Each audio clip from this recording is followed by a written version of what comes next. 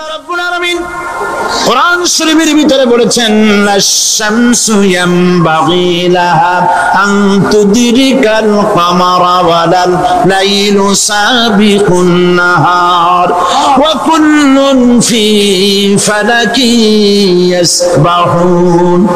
প্রবল জ্ঞানী হইবে যাহারা, আপন মনেতে বুঝিবে তাহারা। রাত্রি পারে না আগে যাইবার, দিনের স্থান করি অধিকার। চন্দ্র বাদে না সূর্যের গায়েতে, সূর্য পারে না চন্দ্রকে ধরিতে। যার যে স্থান বহাল রাখিয়া ভ্রমণ করিছে খোদাকে ডরিয়া। একটি নির্ধারিত সময় সীমা পর্যন্ত আপন আপন কক্ষপথে সব দৌড়াদৌড়ি করবে। কারো সাথে অ্যাক্সিডেন্ট হবে না কারো। ওয়াকুল্লুন ফি ফালাকি ইয়াসবাহুন। যা আছে মহাশূন্যে সব ঘুরতেছে। কে বলে? বলেন সবাই, কে বলছে? কোন সূরা? সূরা ইয়াসিন। আবার শুনুন, আল্লাহ পাক ফয়সালা দিচ্ছেন ঘুরে কেডা? শুধু সূর্য ঘোরে না, শুধু চন্দ্র ঘোরে না, আল্লাহ মহাশূন্যে যা রেখেছেন সব ঘুরতেছে, সবই সন্তরণশীল, সব গতিশীল। সুতরাং ফয়সালা তো আল্লাহর কাছ থেকে নিতে হবে। পৃথিবী সৃষ্টি করেছেন, মানব গোষ্ঠী সৃষ্টি করেছেন এবং মানুষের প্রয়োজন মিটিয়েছেন। এই মানুষগুলিকে কে সৃষ্টি করেছেন? মানুষ সৃষ্টির ব্যাপারেও দার্শনিকরা মানুষদেরকে বিভ্রান্ত করে। যা কলেজে বিশ্ববিদ্যালয়ে পড়ানো হয়, এই কোরআন শরীফ বিশ্ববিদ্যালয়ে পড়ানো হয়? হ্যাঁ হয়। কয়েকটা আয়াত, কয়েকটা সূরা পরীক্ষায় পাস করার জন্য একটু একটু অপশনাল রেখে দেওয়া হয়েছে। বর্তমান যে শিক্ষা কমিশন, শামসুল হক শিক্ষা কমিশন রিপোর্ট মন্ত্রী পরিষদে অনুমোদন করেছে বর্তমান সরকার। এই শিক্ষানীতিতে বলা হয়েছে ক্লাস 1 থেকে নিয়ে ক্লাস 5 পর্যন্ত ধর্মীয় শিক্ষা দিতে দেওয়া হবে না। তাহলে ক্লাস 5 পর্যন্ত যদি ধর্মীয় শিক্ষা না থাকে, তাহলে ক্লাস 6-7-এ ওঠার পর আলিফ জাওরা বাজাবর বা আনাকুম জানাকুম ছেলেরা পড়বে, মেয়েরা পড়বে? আসল উদ্দেশ্য হলো ইসলাম থেকে জাতিকে দূরে সরাবার জন্য ষড়যন্ত্র। এই সরকারের প্রণীত শিক্ষানীতি আমরা মানি না। আপনারা মানেন? যেই মাদ্রাসা মানুষের চরিত্র সৃষ্টি করে বর্তমান সরকার, সেই প্রথম সিম্পাজি দেখলাম, ওরাংওটাং দেখলাম, তখন আমি মনে করেছি যে ডারউইন খামোখা ভুল করে নাই। এইটা দেখেই ও মনে করেছে যে এই হচ্ছে আমার মাতামহের গোষ্ঠী, এই হলো পিতামহের গোষ্ঠী। আপনারা একটু মাথা কাটায় চিন্তা করেন, মানুষ যদি বান্দর থেকে হবে, আজও বানর ফরেস্ট এরিয়া আছে কিনা বাংলাদেশে? চিল্লায় বলেন আছে কিনা?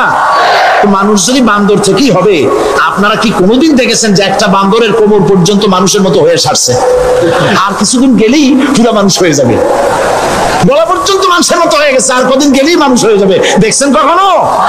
আচ্ছা আপনারা বলেন, পাবদা মাছ আপনারা চট্টগ্রামে কি বলেন? পাবদাই বলেন। পাবদা মাছ দেখতে কি মাছের মতো লাগে? বোয়াল মাছের মতো। কোন পাগলে কি বলছে কথা যে বোয়ালের পূর্বপুরুষ পাবদা? পাবদাগুলি পুটি টুটি খাইয়ে খাইয়ে আস্তে আস্তে বোয়াল হয়ে গেছে, এ কথা কেউ বলে?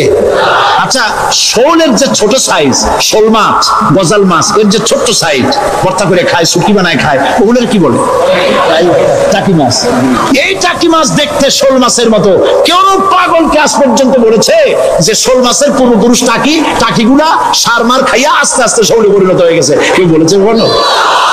ডারউইন কয় বোতল খাইয়েছে এই মতবাদ লিখছে, আল্লাহই ভালো জানে। যে বান্দরের থেকে মানুষ আবিষ্কার হয়েছে, নাউজুবিল্লাহ। এগুলি পড়ানো হয় কলেজে বিশ্ববিদ্যালয়, তাই আমাদের সোনার ছেলেরা বান্দরামি করে। ওদের যদি পড়ানো হইতো তোমরা বান্দরের গোষ্ঠী নও, তোমরা মানুষ। মর্যাদা কার বেশি, বান্দরের না মানুষের? এই পৃথিবীর প্রথম মানুষকে আদম আলাইহিস সালাম। আদম হইছেন কি দিয়ে? মাটি দিয়ে।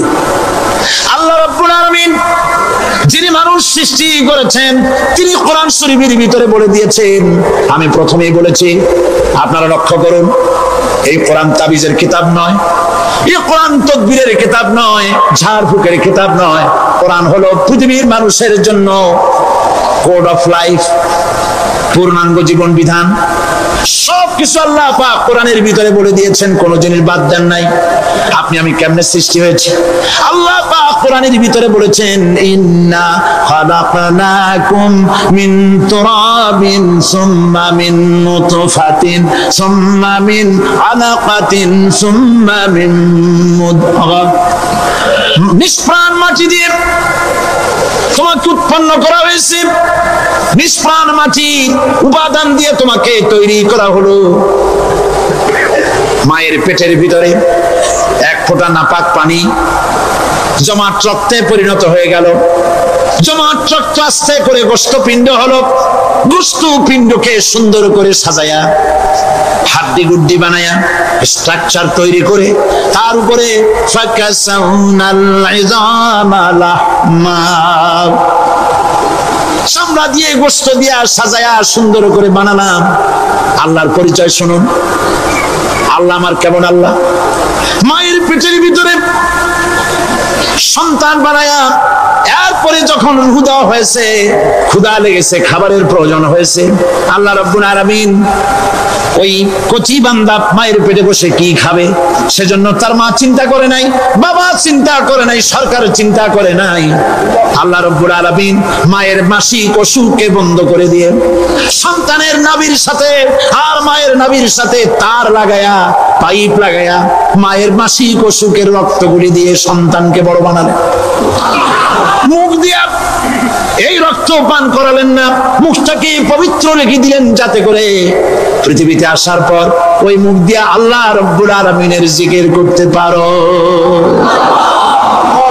সন্তান মায়ের ভিতরে পেটের ভিতরে বড় হলো, আল্লাহ রাব্বুল আলামিন বলেন মাস দিন যখন পুরো হয়ে গেল, সুম্মা নুখরিজুকুম তিফলা, বাচ্চার আকারে পৃথিবীতে নিয়ে আসলাম। এখন খাবার কি?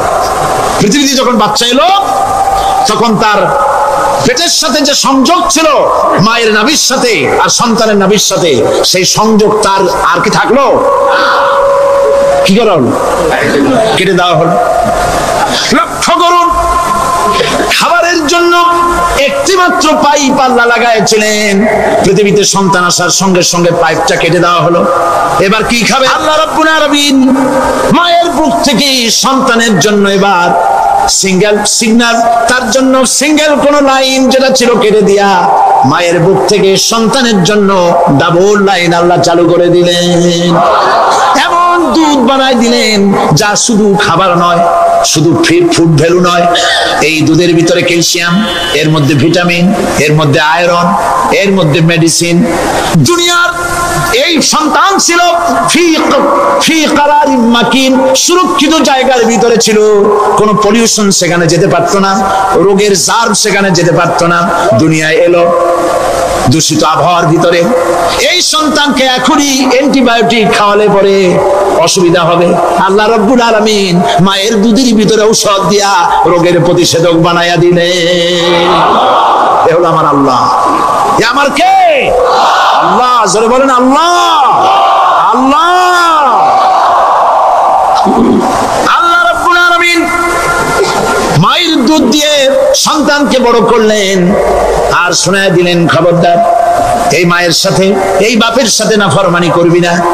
মা বাপের জন্য আমার কাছে দোয়া করবে, রব্বির হামহুমা কামা রাব্বায়ানি সগীরা। সবাই পড়েন আমার সাথে, রব্বির হামহুমা কামা রাব্বায়ানি সগীরা।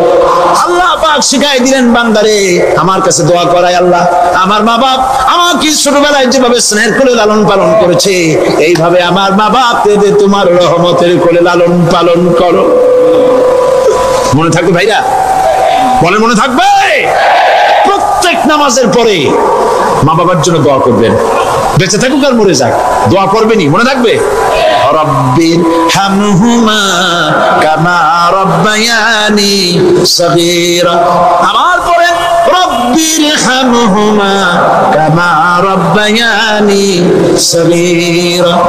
আল্লাহ পাক মায়ের মর্যাদা এত এত বাড়াইছেন। সাহাবী প্রশ্ন করেছে, ইয়া রাসূলুল্লাহ, খেদমত করব কার? হুজুর বলেন, তোমার মায়ের, তারপরে কার? তোমার মায়ের, তারপরে কার? তোমার মায়ের, তারপরে কার? তোমার পিতার। বাপের চাইতে মায়ের মর্যাদা আল্লাহ 3 গুণ বাড়াইয়া দিলেন, 3 গুণ বৃদ্ধি করে দিলেন। হাদিস শরীফে এসেছে, হযরত আবী হুরায়রা রাদিয়াল্লাহু তাআলা আনহু রাসূলের কাছে এসে রাতের বেলায় কাঁদতেছিলেন। হুজুর প্রশ্ন করলেন, আবু হুরায়রা কাঁদো কেন? হযরত আবু হুরায়রা বলছেন, হুজুর মা আমাকে মেরেছে। তিনি প্রশ্ন করলেন, আচ্ছা মা তোমার মারলো কেন? তুমি কি কোনো বেয়াদবি করছো? তিনি বললেন, না। তবে মারলো কেন? হযরত আবু হুরায়রা বলেন, ইয়া রাসূলুল্লাহ, আপনার খেদমত থেকে বাড়ি ফিরতে আমার দেরি হয়ে গিয়েছিল। গভীর রাত্রে যখন বাড়ি গেছি, মা আমাকে প্রশ্ন করলেন, বাবা দেরি হলো কেন, কোথায় ছিলি? তাম পৃথিবীর মানুষ যেই কদম মোবারক চুমু দিতে পারলে ধন্য হয়ে যায়, সেই আখিরি জামানার পয়গম্বর নবী মুহাম্মদ রাসূলুল্লাহ সাল্লাল্লাহু আলাইহি সাল্লামের দরবার থেকে আসতে আমার দেরি হয়ে গেছে। ইয়া রাসূলুল্লাহ, আমার মা আপনার নাম শুনে তার গা জ্বলে উঠলো। তিনি কাফের, মুশরিকা। আপনার নাম শুনে অগ্নি শর্মা হয়ে আমাকে ধরে পিটানো আরম্ভ করলেন আর বললেন, আবু হুরায়রা, হয় মুহাম্মদ সাল্লাল্লাহু আলাইহি সাল্লামের বাড়ি ছাড়বি, নইলে আমার বাড়ি ছাড়বি, কি করবি বল? মার খেতে খেতে আমি বললাম, মা তোমার গায়ে যত শক্তি আছে আমারে মারো, তোমার বাড়ি শুদ্ধ, তাম দুনিয়াটা ছেড়ে দিতে পারি, মুহাম্মদ রাসূলুল্লাহর কদম মোবারক ছেড়ে দিতে পারি না। হুজুর আমার মা গলা ধাক্কা মেরে আমাকে বের করে দিয়েছেন। হুজুর বলছেন, আবু হুরায়রা, মা তোমাকে মেরেছে আর আমার কাছে নালিশ করছো, আমি তোমার মায়ের কোনো বিচার করতে পারবো না। সুবহানাল্লাহ, এত বড় পাওয়ারফুল নবী, শানওয়ালা, ইজ্জতওয়ালি, বরকতওয়ালি, এত বড় নবী বলছেন মা মেরেছে, আমার করার কিচ্ছু নাই। সুবহানাল্লাহ, তোমার মা মুশরিকা হোক আর যাই হোক, তোমার মা। সুবহানাল্লাহ বলেন। আমার বন্ধুগণ, হযরত আবু হুরায়রা বলেন, ইয়া রাসূলুল্লাহ, মায়ের বিরুদ্ধে কোনো অভিযোগ নিয়ে আমি আপনার কাছে আসি নাই। হুজুর বললেন, কেন আসছো বলো খুলে। আবু হুরায়রা বলেন, হুজুর আমি জানি আপনি আল্লাহর দরবারে যদি কোনো ব্যাপারে হাত তোলেন আল্লাহ মঞ্জুর করে ফেলেন। আপনি দয়া করে আমার মার জন্য দোয়া করেন, আল্লাহ যেন হেদায়েত দিয়ে দেন। আমার নবীজি দুখানে হাত উত্তোলন করলেন, বললেন, আল্লাহুম্মা ইহদিহুম্মা আবি হুরায়রা, আয় আল্লাহ আমি দোয়া করতেছি আবু হুরায়রার মাকে হেদায়েত নসিব করো। হুজুর হাত তুলে মোনাজাত করছেন, আবু হুরায়রা দৌড় দিলেন বাড়ির দিকে। কয়েকজন সাহাবী হযরত আবু হুরায়রার জামা টেনে ধরেছে, এই ভদ্রলোক দৌড়ায় কেন? এত শান্ত মানুষ, কখনো গরম হয়ে কারোর সঙ্গে কথা বলে না, এই মানুষটা দৌড়ায় কেন? কোনো বিপদ হইল নাকি?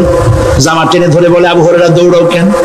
হযরত আবু হুরায়রা বলেন, জামা ছেড়ে দাও, কোনো বিপদ আমার হয় নাই, আমি দৌড়াইয়া বাড়ি যাই দেখতে চাই। আমি দৌড়াইয়া আগে বাড়ি যেতে পারলাম না, আমার নবীর দোয়া আগে আমার বাড়ি চলে গেছে, আমি এটা দেখতে চাই। হযরত আবু হুরায়রা দৌড়াতে দৌড়াতে বাড়ি চলে গেছেন। দরজায় নক করলেন, ভেতর থেকে আওয়াজ এলো, কে? তিনি বললেন, আমি আবু হুরায়রা, মা দরজা খুলে দাও, আমি তোমার সন্তান। মা বললেন, বাবা অপেক্ষা করো, দরজা খুলতেছি। হযরত আবু হুরায়রা বলেন, মায়ের গলার আওয়াজের ভেতরে কুফরি কর্কশতা পেলাম না, মায়ের গলার আওয়াজের ভেতরে তাওহীদের নরমিয়াত পেলাম। আমার কাছে মনে হলো আমি আবু হুরায়রা বাড়ি আসার আগে নবীজির দোয়া আল্লাহর আরশে পৌঁছে গেছে। আবু হুরায়রা বলছেন, মা আমার কিছুক্ষণ পরে ঘরের থেকে বেরিয়ে এসেছেন, আমি দেখলাম মায়ের শরীর ভিজা, মাথার চুল দিয়া পানি টপকাচ্ছে। মা আমার বললেন, বাবারে তোমাকে মারার পর আমি নিদারুণ অনুশোচনায় পড়েছিলাম, মনে মনে ভাবলাম, আরে আমার সন্তানকে আমি কেন মারলাম? সে তো কোনো খারাপ কাজ করে নাই, কোনো খারাপ জায়গায় যায় নাই। এত ভালো মানুষ, যার সম্পর্কে লোকেরা খামোখাই মিথ্যা কথা বলে, এই ভালো মানুষটার কাছে গেছে, সেজন্য আমি মারলাম কেন?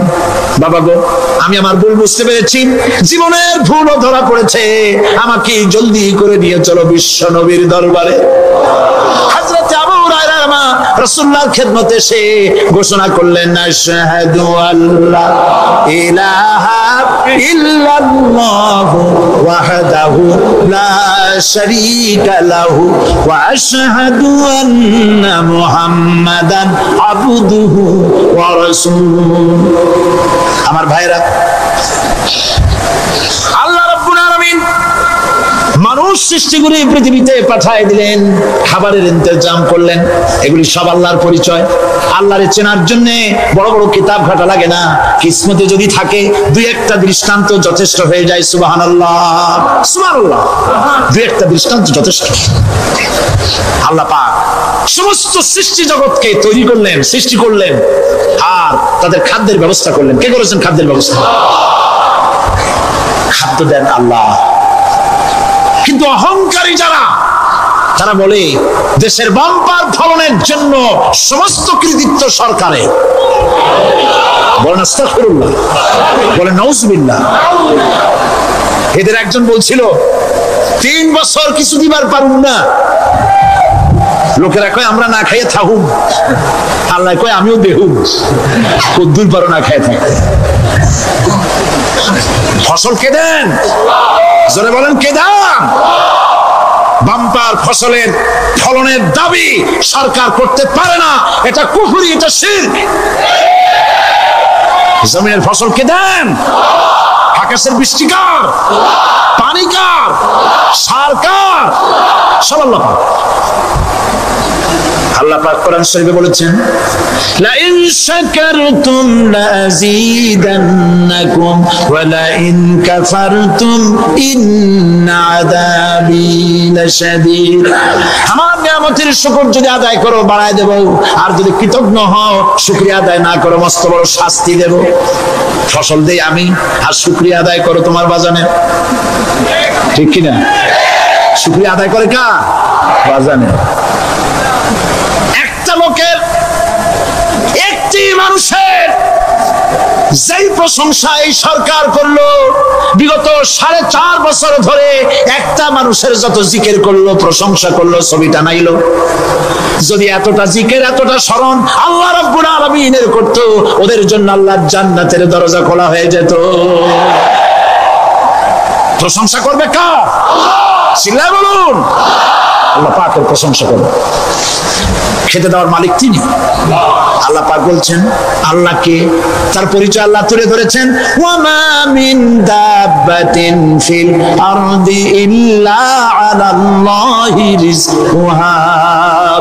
এই পৃথিবীর ভিতরে এমন কোন বিচরণশীল জীব নাই যার রিস্কের দায়িত্ব আমি আল্লাহ গ্রহণ করি নাই। সুবহানাল্লাহ বলবেন না? রিস্কের দায়িত্ব কার হাতে?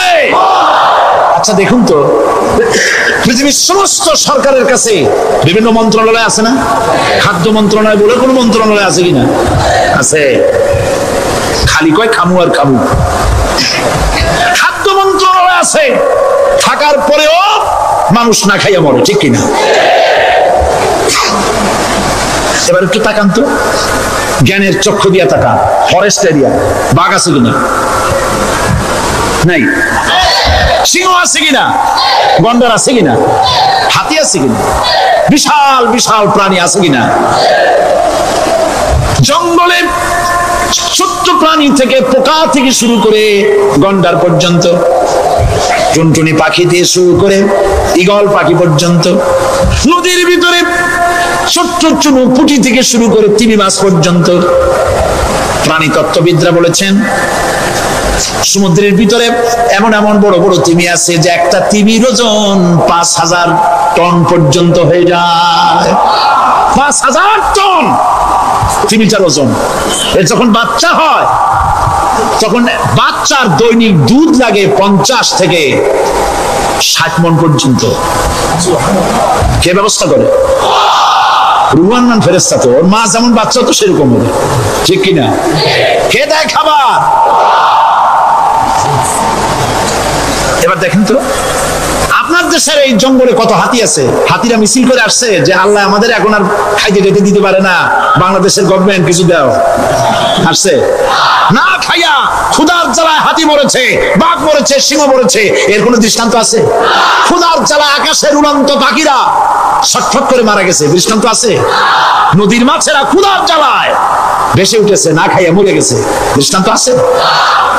মহান আল্লাহ রাব্বুল আলামিন কোরআন শরীফের ভিতরে বলেছেন অনেক প্রাণী এমন আছে যারা তাদের খাদ্যকে সঞ্চয় করে না, খাদ্যকে জমা করে না, আহরণ করে না। সকাল বেলায় একটা খাবার খেলো, দুপুরে কি খাবে তার জানা নাই। শকুন পৃথিবীর মাঝি থেকে 3 মাইল উপরে ওড়ে, তার চোখকে আল্লাহ পাক এত তীক্ষ্ণ বানিয়ে দিয়েছেন, এই চট্টগ্রামের কোথায় মরা গরু আছে 3 মাইল উপর দিয়ে দেখতে পায়? সুবহানাল্লাহ বলতে ইচ্ছে করে না। এই প্রাণীগুলি খাবারগুলি কোনো গভর্নমেন্ট জোগাড় করে রাখে নাই, আল্লাহ পাক বলেন সবার খাবার আমি দেই। সকাল বেলায় সমস্ত প্রাণীগুলি, মহাশূন্যে পাখি, পানির ভিতরে মৎস্যরাজি, জঙ্গলের ভিতরে হিংস্র প্রাণী, পোকামাকড় থেকে শুরু করে সবগুলো খালি পেটে সব বেরিয়ে যায়, কারো কোনো খাবারের মজুদ নাই। সন্ধ্যা হতে না হতে সমস্ত প্রাণীগুলির পেট ভরাইয়া আমি আবার যার যার ঘরে বেরিয়ে দেই। وما من دابة في الأرض إلا على الله رزقها। সমস্ত প্রাণী রিজকের দায়িত্ব আমি আল্লাহর হাতে। কে দেয় রিজক? জোরে বলুন কে দেন? আল্লাহ। কি খাবেন সব আল্লাহ জোগাড় করে দিয়েছেন। তরি তরকারি জোগাড় করেছেন, মাছ জোগাড় করেছেন, চাউল দিয়েছেন, খাবার দিয়েছেন, গোশত দিয়েছেন, সব দিয়ে দিয়েছেন। আল্লাহ রাব্বুল আলামিন সমস্ত জিনিস দিয়ে মানুষকে আল্লাহ পাক তার জন্য আল্লাহ সব করেছেন। খালাকা লাকুম মা ফিল আরদি জামিআ, এই পৃথিবীতে যা তৈরি করেছে সব তোমার জন্য। এ হচ্ছে আমার আল্লাহ, এ হচ্ছে আমার কে? আল্লাহ। সে আল্লাহ পাক বলছেন, আল্লাহর পরিচয় তিনি স্রষ্টা, তিনি রিজেক দাতা। এবার আইনদাতা কে? আইনদাতা কে? আরো জোরে বলুন। আইনদাতা আল্লাহ হচ্ছে আল্লাহর পরিচয়।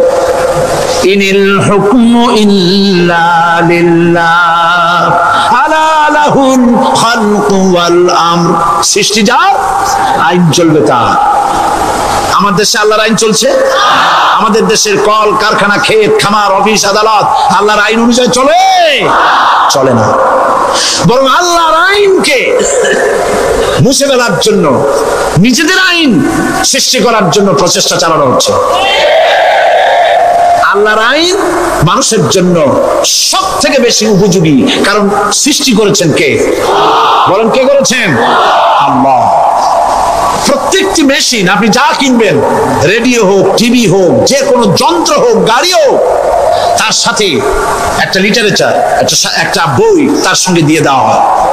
ওই বইয়ের মধ্যে লেখা থাকে এটা কিভাবে চালানো হবে, অপারেট করা হবে, তার সিস্টেম লেখা থাকে। আপনার ইচ্ছা মতো চালাইলে হবে না। এই মানব গোষ্ঠীকে সৃষ্টি করেছেন। এখন আপনি যদি আপনার আইন মতো চালান, তা কি চলবে? চলবে না। আপনি আপনার আইন মতো চালাচ্ছেন, ভালোভাবে চলতেছে? চলতেছে না। স্বরাষ্ট্রমন্ত্রী বলতেছেন সন্ত্রাসীদেরকে মাটির তলা থেকে খুঁজে বের করা হবে, কিন্তু নাকের উপর দিয়ে ব্রিফকেস চুরি হয়ে যায়, উনি তা ধরতে পারেন না। এই হলো আইন। অনাবরত খুন হচ্ছে, অনাবরত সন্ত্রাসী তৎপরতা চলছে। কারণরা বলছেন আগের থেকে গুলি চলে আসছে, একজনের খুনের বিচার না হইলে এরকম খুন তো হইতেই থাকবে। তাহলে খুনকে, হত্যাকে, সন্ত্রাসকে সরকার জাস্টিফাইড করছে। নাউজুবিল্লাহি মিন যালিক। এই জন্য আইন হতে হবে আল্লাহর। আইন হতে হবে কার? চিল্লায় বলেন আল্লাহ পাকের আইন হতে হবে। আমি একদিন পার্লামেন্টে বলেছিলাম, আমার দেশের নেতা নেত্রীরা বারবার হজ করতে যান, উমরা করতে যান, সেখান থেকে আসার সময় কি আনেন? আতর, পাথর, সুরমা আর খুরমা, এই কিছু নিয়ে আসলেন। কিন্তু আমি বলেছি আপনারা কি কিছু চোখে দেখেন না? পার্লামেন্টে এইভাবে বক্তৃতা করেছে, কিছু চোখে দেখেন না? আমি প্রশ্ন করে আমি আবার জবাব দিচ্ছি, আপনারা যারা হজ করতে যান, উমরা করতে যান, হজের কথাই ধরি, এই হজ করতে যখন যান তখন মুজদালিফায় একটা রাত কাটাইতে হয়। সেটা কোন দিন? ইয়াউমে আরাফার পরের দিন। এই মাঠে দালান কোঠা আছে, এখানে বেড়া আছে, শামিয়ানা আছে, পর্দা আছে, তাবু আছে, কিচ্ছু নাই। লক্ষ লক্ষ নারী আর পুরুষ পাশাপাশি শুয়ে থাকে, তাও সুবহানাল্লাহ কইতে ইচ্ছা করে না। সারা রাত জনে জনে পুলিশ পাহারাদার নাই। কিরকম মেয়ে এলো, চাঁদের সৌন্দর্য হার মানায় দিতে পারে এরকম সুন্দরী, এরকম সুন্দরী নারী, সুদর্শন পুরুষ পাশাপাশি রাস্তার ধারে মরুভূমির ভিতরে সারা রাত কাটাচ্ছে। ইয়মে আরাফার পরের রাতটা, একটা রাত পুরা এভাবে চলতেছে বছরের পর বছর, শতাব্দীর পর শতাব্দী, সহস্রাব্দীর পরে সহস্রাব্দী। আমি প্রশ্ন করি, পৃথিবীর ইতিহাসে কেউ কি এমন কথা বলতে পেরেছে, লিখতে পেরেছে যে মুজদালিফার রাতে সেখান থেকে 10টা নারী হাইজ্যাক হয়েছে, 5টা নারী লাঞ্ছিত হয়েছে, বলতে পারবে? গভীর রাত্রে পুরুষ সঙ্গী ছাড়া সুন্দরী রমণী, যুবতী রমণী একাকিনী নিজের ঘর ছেড়ে আল্লাহর ঘরে তাওয়াফ করতে আসে। তাওয়াফ সেরে তাহাজ্জুদের নামাজ পড়ে আল্লাহর কাছে মোনাজাত করে একা একা হাজার হাজার লাখো পুরুষের ভিতর থেকে আপন ঘরে ফিরে যায়। কারো বাবার হিম্মত নাই একবার তাকায় সে তো রূপ উপভোগ করার জন্য আবার তাকা, অথবা তার আঁচল ধরে টান মারে। আছে ইতিহাস, কথা কন না কেন? সুন্দরী একটা মাইয়া মক্কা থেকে মদিনা থেকে পাওয়া যায় না, 15 দিন হয়ে গেছে। হয়েছে কখনো? এবার জবাব দেন, কেন হয় না? কেন হয় না? আমার দেশের মেয়েরা রাস্তা দিয়ে হাঁটতে পারে না। হাই স্কুল মেয়েদের কলেজ যখন ছুটি হয়, তথাকথিত সোনার ছেলেরা গেটের সামনে এতিমের মতো কারায় থাকে। অনবরত হাইজ্যাক হচ্ছে, ধর্ষণের সেঞ্চুরি হচ্ছে।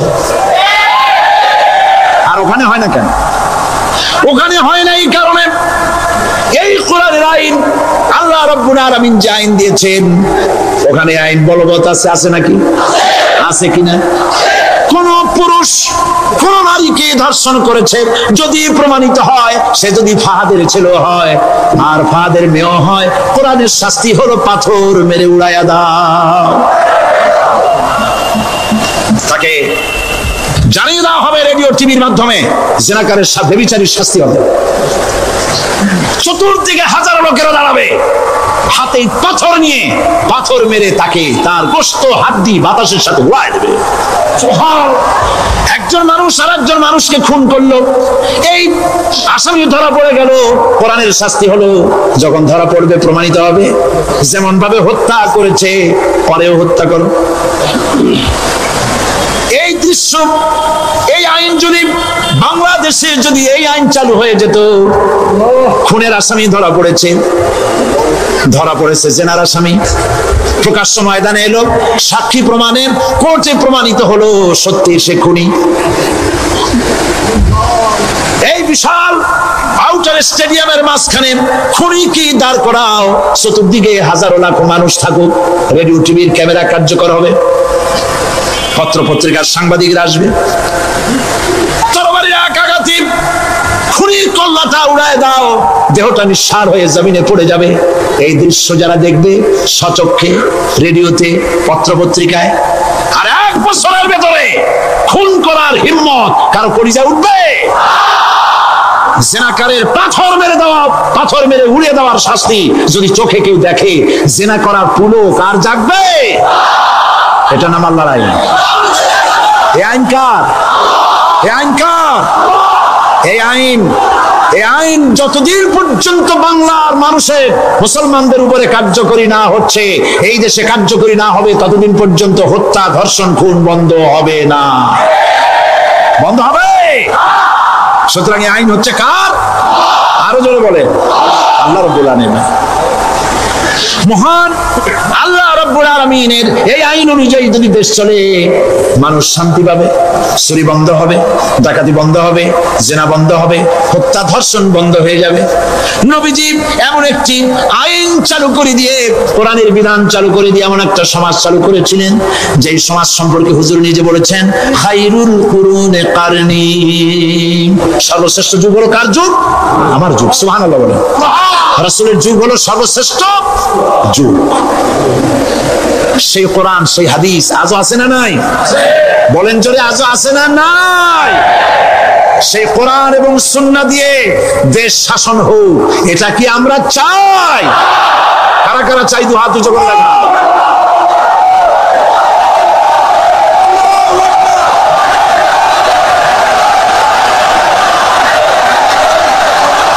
আরে ভাই, আপনারা দাঁড়ায় গেলেন কেন?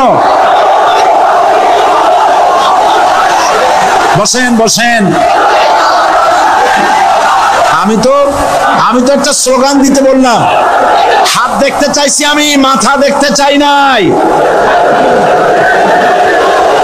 এই সুযোগে কোমরটা সোজা করে নিলেন। আচ্ছা বসেন, আর মহব্বতের সাথে জিকির করেন, লা ইলাহা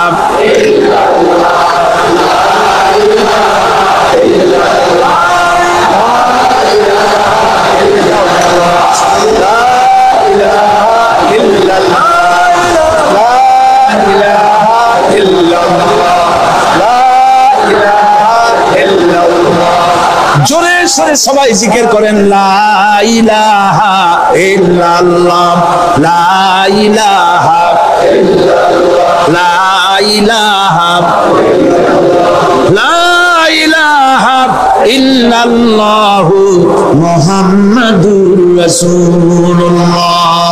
বসুন, আমরা মুনাজাত করব। আল্লাহ রাব্বুল আলামিন আয়াতুল কুরসির ভিতরে আল্লাহর সার্বভৌমত্বের কথা বলেছেন, আল্লাহু লা ইলাহা ইল্লা হুয়াল হাইয়ুল কাইয়্যুম। বলেন আমার সাথে সবাই, আল্লাহু লা ইলাহা ইল্লা হুয়াল হাইয়ুল কাইয়্যুম। আল্লাহ হচ্ছেন যিনি ছাড়া কোনো ইলাহ নাই, তিনি শাশ্বত চিরঞ্জীব। সুবহানাল্লাহ ওয়া বিহামদিহি।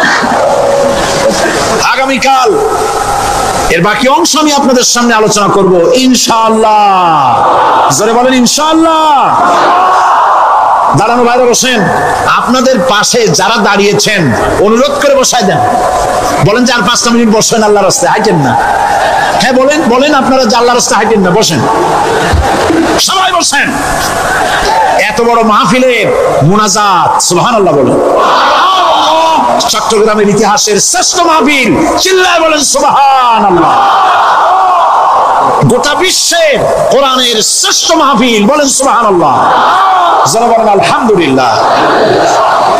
আগামীকাল এই মাহফিলের আখেরি মুনাজাত হবে ইনশাআল্লাহ। বলেন ইনশাআল্লাহ।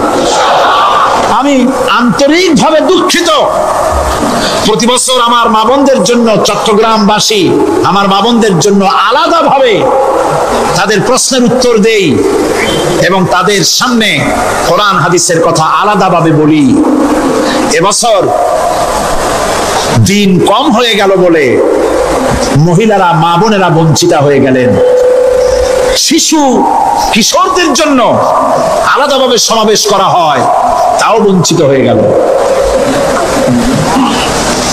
এই বিশাল তাফসীরুল কোরআন মাহফিলের বরকত থেকে চিটাগংবাসীকে যারা বঞ্চিত করলো, আল্লাহ তাদের হেদায়েত নসিব করে দিয়ে। যদি হৃদয় থাকে, যদি হৃদয় বলে কিছু থাকে, বিবেক বলে যদি কিছু থাকে, আর শরীর যদি মুসলমানের পিওর রক্ত থাকে, তাহলে বাড়ি বসে অনুশোচনা করা উচিত, চোখের পানি ফেলানো উচিত ওই সব লোকের যারা এই বরকতপূর্ণ মাহফিলকে বাধা দিয়েছে। আর যাদের কলজের মধ্যে আল্লাহ মোহর মেরে দিয়েছে, এগুলোর তো হেদায়েত হবে না। যাদেরকে আল্লাহ পাক তৈরি করেছেন জাহান্নামের জন্য, ওদের কাছে মাহফিল সহ্যই হবে না। নাউজুবিল্লাহ বলেন। চট্টগ্রামবাসীর জন্য তাফসীরুল কোরআন মাহফিল নিয়ামত। এই নিয়ামত কিয়ামত পর্যন্ত আল্লাহ টিকায় রাখুন, বলি আমিন। আগামীকালের আখেরি মোনাজাতে সমস্ত মুসলমান চতুর্দিক থেকে আল্লাহ পাকের নারা লাগাতে লাগাতে আসবেন। আল্লাহু আকবার, নারায়ে তাকবীর। গোটা চট্টগ্রাম, গোটা চিটাগাং শহর আগামীকাল কোরআনের মিছিলের শহর হবে ইনশাআল্লাহ।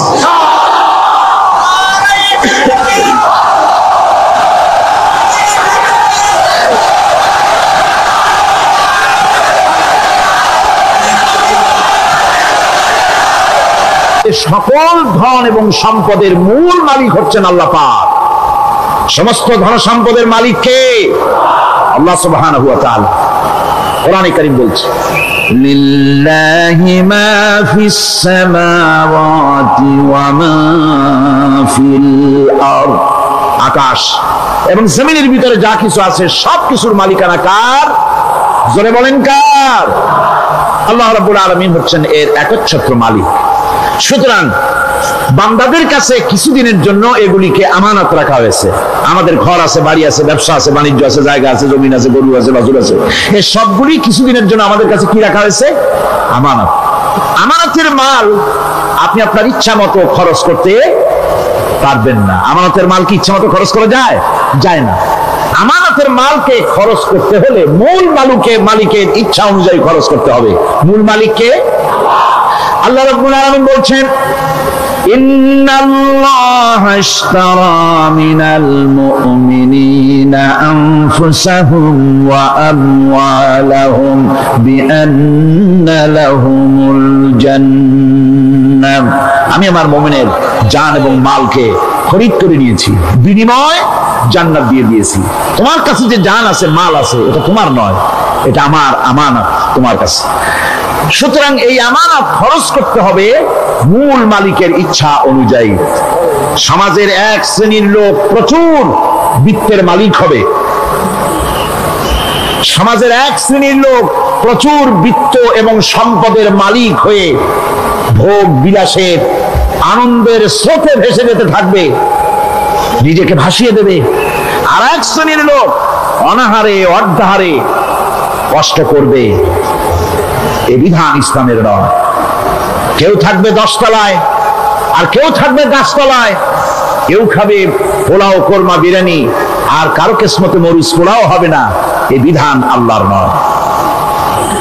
ইসলামের বিধান হচ্ছে এই যে আল্লাহ যে সব সম্পদ মানুষকে দান করেছেন, এই সম্পদের ভিতরে বিত্তহীনদের অধিকার রাখা হয়েছে। বিত্তহীন যারা গরিব, যাদের কিছু নাই, তারা আপনার করুণার পাত্র নয়। কি বলেন? তারা কি ধনীদের করুণার পাত্র? কোরআনে কারীমে আল্লাহ বলেন, ওয়াল্লাযীনা ফী আমওয়ালিহিম হাক্কুন লিস-সাইলি ওয়াল মাহরুম। ধনীদের সম্পদের ভেতরে গরিবদের, বিত্তহীনদের অধিকার রয়েছে। সে অধিকার আদায় করে দাও। দান করা এমনি দিয়ে দেওয়া এক জিনিস। গরিবদেরকে, বিত্তহীনদেরকে ইসলাম করুণার পাত্র বানায় নাই, বলেছে অধিকার। অধিকারটা বড় মজবুত কথা, এই কথার লোড আছে, ওয়েট আছে।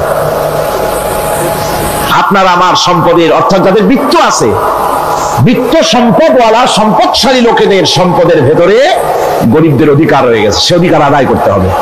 ইসলাম সকল মানুষের দারিদ্র্য দূর করে বেঁচে থাকার মৌলিক অধিকার প্রতিষ্ঠিত করেছে। রাসূল করিম সাল্লাল্লাহু আলাইহি ওয়াসাল্লাম বলেছেন, লাইসা লি ইবনি আদম হাক্কুন সিওয়া হাযিহিল খিসাল, বাইতুন ইয়াসকুনুহু ওয়া সাওবুন ইওয়ারি আওরাতাহু ওয়া জালফাল খুবজ ওয়াল মা। আখরাজাহু তিরমিজি। তিরমিজি শরীফের হাদিসের ভিতরে এসেছে, রাসূল করিম সাল্লাল্লাহু আলাইহি ওয়াসাল্লাম বলেছেন, প্রত্যেকটি বনি আদমের তার বাস করার জন্য একটা গৃহ, এবং লজ্জা ঢাকার জন্য, শীত নিবারণের জন্য তার বস্ত্র, আর ক্ষুধা মিটাবার জন্য তার পানি আর রুটি ইত্যাদির ব্যবস্থা করতে হবে। চাই সে মুসলমান হোক আর হিন্দু হোক আর খ্রিস্টান হোক, বনি আদম, আদমের সন্তান যে মানুষ, যে তার এই অধিকার ইসলাম প্রতিষ্ঠিত করেছে। আজ বলা হচ্ছে খাদ্য, বস্ত্র, বাসস্থান সমাধান দেবে অমুকরা তমুকরা, এরকমের স্লোগান হয় না? ওরা দিতে পারবে না, ওরা দিতে পারে নাই। খাদ্য, বস্ত্র, শিক্ষা, চিকিৎসা, বাসস্থানের গ্যারান্টি দিয়েছে কোরআন, দিয়েছে আল্লাহ রসুল জনাব মুহাম্মদ রাসূলুল্লাহ সাল্লাল্লাহু আলাইহি ওয়াসাল্লাম। ইসলাম অর্থনৈতিক নিরাপত্তার জন্য যে সব পন্থা অবলম্বন করেছে সেটা হচ্ছে যে সমাজের কর্মক্ষম সকল ব্যক্তি রুজির জন্য পরিশ্রম করবে, কেউ বসে থাকতে পারবে না। এটা হচ্ছে ইসলামের নিয়ম, কেউ বসে থাকতে পারবে না। কোরআনে কারীম বলছে فَإِذَا قُضِيَتِ الصَّلَاةُ فَانتَشِرُوا فِي الْأَرْضِ وَابْتَغُوا مِنْ فَضْلِ اللَّهِ فَإِذَا قُضِيَتِ الصَّلَاةُ যখন তোমার নামাজ সম্পূর্ণ হয়ে গেল, فَانتَشِرُوا فِي الْأَرْضِ ছড়িয়ে পড়ো আমার জমিনের উপরে, وَابْتَغُوا مِنْ فَضْلِ اللَّهِ আর আমার অনুগ্রহ অনুসন্ধান করো। রুজি কামানো কোনো খারাপ জিনিস না। কেউ মনে করে সারাদিন বসে বসে আল্লাহর জিকির করব, কেউ দুনিয়াটারে ঝামেলা মনে করে জঙ্গলে চলে যেতে চায়। এটা নিয়ম না। আপনি বসে থাকতে পারবেন না, আপনাকে কাজ করতে হবে। রুজি কামাই করাটাকে কোরআনে কারিমে এতটা সম্মান দিয়েছে যেটাকে ফজলুল্লাহ বলা হয়েছে। ফজলুল্লাহ এটা আল্লাহর অনুগ্রহ, সুবহানাল্লাহ বলেন। এটাকে ফজলুল্লাহ বলা হয়েছে, এটা জিনাতুল্লাহ বলা হয়েছে। আপনি যে কাপড় চোপড় ব্যবহার করেন, এই কাপড় চোপড়ের ব্যাপারে আল্লাহ পাক প্রশংসা করেছেন, কাপড় চোপড় সুন্দর করতে বলেছেন। তারপরে রুজি রোজগার হালাল করতে বলা হয়েছে এবং রুজি কামাবার ব্যাপারে হালাল ভাবে রুজি কামাবার জন্য ইন্সপিরেশন দেওয়া হয়েছে কোরআন এবং হাদিসে। রাসূল করিম সাল্লাল্লাহু আলাইহি ওয়াসাল্লাম বলেছেন, আল কাসিবু হাবিবুল্লাহ, সহজে যে উপার্জন করে সে আল্লাহর বন্ধু। যে ব্যক্তি ঠেলা গাড়ি চালায়, কুলি মজুর রিকশা চালায়, নিন্দা নাই, তাকে নিন্দা করা যাবে না। রিকশাওয়ালাও একটা গুরুত্বপূর্ণ দায়িত্ব পালন করছে। কুমার, কামার, তাঁতি, জেলে, ধোপা, নাপিত সবাই কাজ করছে। প্রত্যেক কাজের সম্মান ইসলাম দেয়, সুবহানাল্লাহ। সমস্ত কাজের সম্মান আছে, শুধুমাত্র সম্মান নাই চুরির কাজের, ডাকাতির কাজের, সন্ত্রাসের কাজের, চাঁদাবাজির কাজের, মাস্তানির কাজের। এই সব কাজ নিন্দনীয় এবং এই সব কাজ নিতান্ত বাজে কাজ। এ কাজের কোনো সম্মান নাই। সম্মান হচ্ছে নিজের হাতে কামাই করে সারাদিনে এক মুঠো খাবারও যদি খান, আপনার খাবারের চাইতে হালাল খাবার কারো হতে পারে না। আল্লাহর বন্ধু সোজা কথা না। আল কাসিবু হাবিবুল্লাহ, সহজ উপার্জনের এত বরকত। সেজন্য অর্থনৈতিক নিরাপত্তার জন্য সমাজের প্রত্যেকটি কর্মক্ষম লোককে কাজ করতে হবে। কি করতে হবে? নামাজ পড়া হয়ে গেছে, এখন আর বসে থাকা চলবে না। নেমে পড়ুন কাজের জন্য, আল্লাহর অনুগ্রহ অনুসন্ধান করুন। এরপরে আল্লাহ পাক বলছেন, আমার অনুগ্রহ রুজি কামাও, আর রুজি কামাবার সময় ওয়াজকুরুল্লাহ যিকরান কাসীরা লাআল্লাকুম তুফলিহুন। আর জিকির করবা আমার বেশি, আমার জিকির করবা। বলা হচ্ছে রুজি অনুসন্ধান করো, আর বলা হচ্ছে আমার জিকির করো। তো জিকির আর রুজি সন্ধানের ভিতরে সামঞ্জস্য কি? সামঞ্জস্যটা হচ্ছে এই যে আপনি যখন উযকুরুল্লাহ কাসীরান, আপনাকে বেশি করে জিকির করতে হবে। জিকির মানে কি? স্মরণ করা। জিকির মানে কি? স্মরণ করা। আল্লাহকে স্মরণ করেন। রুজি যখন কামাতে যাবেন স্মরণ করবেন কারে? চিল্লায় কোন কারে? আপনি রুজি কামাবার জন্য চাকরি করতেছেন, অফিসে বসে যদি আল্লাহ রাব্বুল আলামিন আপনার স্মরণে থাকে, তাহলে ঘুষ খাওয়া আপনার জন্য সম্ভব হবে না। কথা ঠিক কিনা? আল্লাহ পাক বলছেন, রুজি কামাবার জন্য তুমি যে পরিশ্রম করবে, ওই পরিশ্রমের সময় বেশি বেশি জিকির করো, আমারে স্মরণ রাখো। অফিসে বসে যখন তুমি কাজ করবে, আমি যদি স্মরণে থাকি, তাহলে তুমি ঘুষ খাইতে পারবে না। তুমি জমিন চাষ করবে, জমিন চাষ করার সময় আমি যদি তোমার স্মরণে থাকি, জমিনের আইল ঠেলা তোমার পক্ষে সম্ভব হবে না। যত রকমের রুজি রোজগারের পথ আছে, আমাকে স্মরণ করো, খারাপ পথ থেকে বাঁচো, হালাল ভাবে রুজি কামাও। হালাল রুজির ভিতরে আল্লাহ রাব্বুল আলামিন বরকত দিয়ে দিবেন। আর কাজ করার জন্য বলা হয়েছে। রাসূল করিম সাল্লাল্লাহু আলাইহি ওয়াসাল্লাম বলেছেন, ইজা সাল্লাইতুমুল ফাজরা ফালা তানুমু আন তালবি আরযাকুকুম। ফজরের নামাজ পড়া হয়ে গেছে, ঘুমায়ো না। আমাদের একটা আম অভ্যাস হয়ে গেছে ফজরের নামাজ পড়ে ঘুমানো। হাদিস শরীফে বলা হচ্ছে, ফজরের নামাজ পড়া হয়ে গেছে, ঘুমায়ো না। রুজি তালাশ করো, রিজিক তালাশ করো, নিজের সাহায্য করো, অন্যকে সাহায্য করো, নিজের সংসারের জন্য কাজ করো, অন্যের জন্যও করো। হালাল ভাবে রুজি কামাই করে বউকে একটা ব্লাউজ কিনে দিয়েছেন, একটা শাড়ি কিনে দিয়েছেন, বাচ্চাকে ক্লাসের বই কিনে দিয়েছেন, বাজার থেকে মাছ তরি তরকারি কিনে অক্ষম ব্যক্তিদেরকে সহযোগিতা করবে। যারা নাকি উপার্জন করতে পারে না, ওই জাতীয় লোকদেরকে তারা সহযোগিতা করবে। ওয়ায়াকফুলু গানিয়ুহুম ফাকিরাহুম, সেই সমাজের যারা নাকি সামর্থ্যবান তারা রোজগার করবে এবং গরিবদেরকে সহযোগিতা করবে। আল্লাহর নবী বলেছেন, সে ব্যক্তি মুমিন নয়, সে ব্যক্তি মুমিন নয়, সেই ব্যক্তি মুমিন নয়। সাহাবায়ে কিরাম হতচকিত হয়ে উঠলেন, প্রশ্ন করলেন, নবীজি কোন ব্যক্তি মুমিন নয়? আল্লাহর নবী বলেন, যেই ব্যক্তি পেট পুরে আরাম করে ঘুমায় গেল এ কথা জানার পর যে তার প্রতিবেশী না খেয়ে শুয়ে আছে, ক্ষুধার যন্ত্রণায় কাতরাচ্ছে, এ কথা জানার পরে যেই মুসলমান ব্যক্তি আরাম করে পেট ভরে খেয়ে ঘুমায়, সে কখনো মুমিনের দাবি করতে পারে না, মুমিন হতে পারে না। কত বড় কথা! ইসলাম মানুষকে তাগিদ করেছে তার প্রতিবেশীর উপরে লক্ষ্য রাখার জন্য, তার প্রতিবেশীকে লক্ষ্য রাখার জন্য, গরিব মানুষের প্রতি লক্ষ্য রাখার জন্য।